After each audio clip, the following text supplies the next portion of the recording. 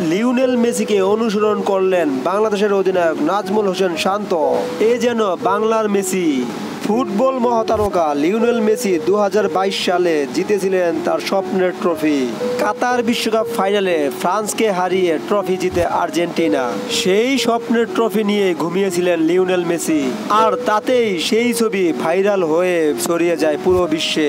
এবার সেই মেসিকে অনুসরণ করলেন নাজমুল শান্ত। প্রথমবারের মতো নাজমুল শান্তর নেতৃত্বে পাকিস্তানকে বাংলা ওয়াশ করে বাংলাদেশ। পাকিস্তানকে 2-0 ব্যবধানে হারিয়ে স্বপ্নের ট্রফি জিতে নাজমুল শান্তরা। আর সেই ট্রফি নিয়েই ঘুমিয়ে থাকতে দেখা যায় নাজমুল শান্তকে। অনেক দিন ধরেই নাজমুল শান্তর ব্যাটে কোনো রান নেই, তাকে নিয়ে অনেক সমালোচনাও হয়েছে।